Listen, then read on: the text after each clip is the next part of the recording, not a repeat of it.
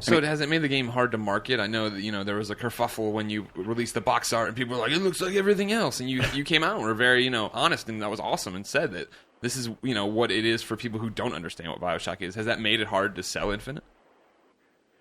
Yeah, well, look, you sell. I remember seeing an ad for a TV ad for Skyrim, which I thought was actually really, really interesting. Because do you guys remember the ad where it's like everybody's running in one direction, and there's terror, and then this one guy sort of marching in the other direction, and he confronts this dragon. I vaguely remember this. I think. I don't think I saw that. Go for it and watch And TV. what's interesting about the ad is, when you, as a gamer, when you think of Skyrim, what do you think of? You think of big open worlds and character growth and a million different quests. They didn't market any of that in the TV ad. They just give a very basic fantasy, which is you're a badass who can fight dragons, and you're brave when everybody else is afraid. And it worked, I think, because you only have 30 seconds or whatever, and you really have, or a box cover, you only have, how many pixels on a box cover? Mm-hmm. And so, you do the best you can to get the idea across in a simple way, but you're going to leave stuff on the table in terms of telling people what the product is about, and that's what these conversations are about. These are about, really getting to depth on what the game is, where, a 6-inch by 8-inch or whatever a box cover is a much tougher proposition to do that in. Is it hard not really having that elevator pitch then for BioShock? It's there's no way to kind of succinctly describe this game. You know what I mean? Like, how do you feel like you can get that out to There's people? this girl, and she's guarded by a bird, and you're going to go get her.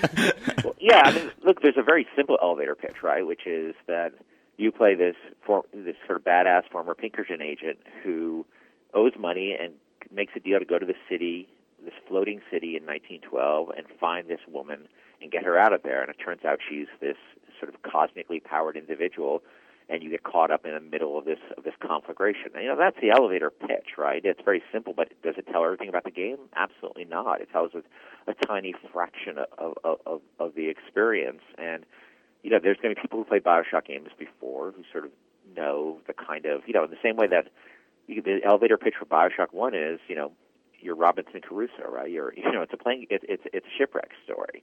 And you end up in this insane place, and you have to struggle to survive. But is that the whole story of BioShock 1? Of course not.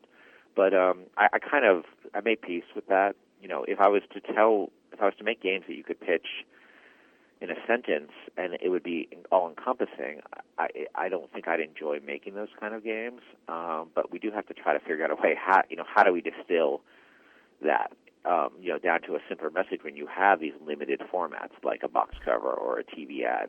How do you choose what you talk about?